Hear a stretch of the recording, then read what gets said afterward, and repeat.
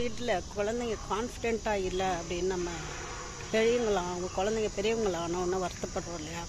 அதுக்கு one of the reason வந்து அம்மா அப்பா சந்தோஷமாக இல்லாமல் இருக்கிறது, இல்லை கல்யாணம் பண்ண வீட்டில் வந்து நிறைய பிரச்சனைகள் இருக்கும்போது அந்த அம்மா என்ன பண்ணுறாங்க, அந்த கோவத்தை எல்லாம் குழந்தை மேலே காட்டுறாங்க. அந்த குழந்தை மேலே காட்டும்போது என்ன ஆகுது, அந்த குழந்தை வந்து என்ன செய்கிறதுன்னு தெரியாமல் அமைதியாயிரும். அந்த அமைதியாகிற குழந்தைகள் பெரிய பிள்ளை ஆகும்போது கான்ஃபிடென்ஸை தொலைச்சோம்.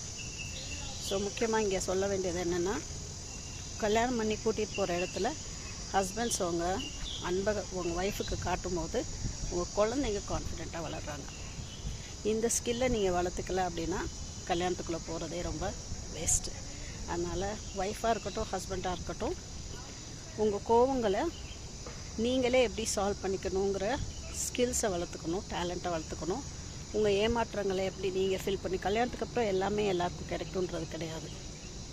கல்யாணத்துக்குள்ளே எல்லா சந்தோஷத்தையும் கொண்டு போய் வைக்காமல் உங்களே நீங்கள் எப்படி ஃபீல் பண்ணிக்கணும், உங்கள் ஒய்ஃப் ஆகிறவங்களோ உங்கள் ஹஸ்பண்ட் ஆகிறவங்களோ எவ்வளோ கொடுக்குறாங்களோ அதை மட்டும் எடுத்துகிட்டு அந்த வீட்டில் உள்ள பிரச்சனைகளை ஹேண்டில் பண்ணுற ஸ்கில்ஸு, பர்சனாலிட்டி வளர்த்துக்கிட்டா தான் நீங்கள் குழந்தைங்கன்னு உருவாக்கும் போது அவங்கள அது பாதிக்காமல் இருக்கும். இல்லைன்னா ஒவ்வொரு ஜென்ரேஷன்லேயும் நம்மளோட ஏக்கங்கள், கோவங்களை ட்ரான்ஸ்ஃபர் பண்ணிக்கிட்டே இருப்போம். இந்த விஷயத்த கற்றுக்கிட்டிங்கன்னா நீங்கள் கல்யாணத்துக்கு ரெடியாக இருக்கீங்கன்னு அர்த்தம். இது இல்லாமல் கல்யாணத்துக்குள்ளே தயவுசெய்து யாரும் போவாங்க.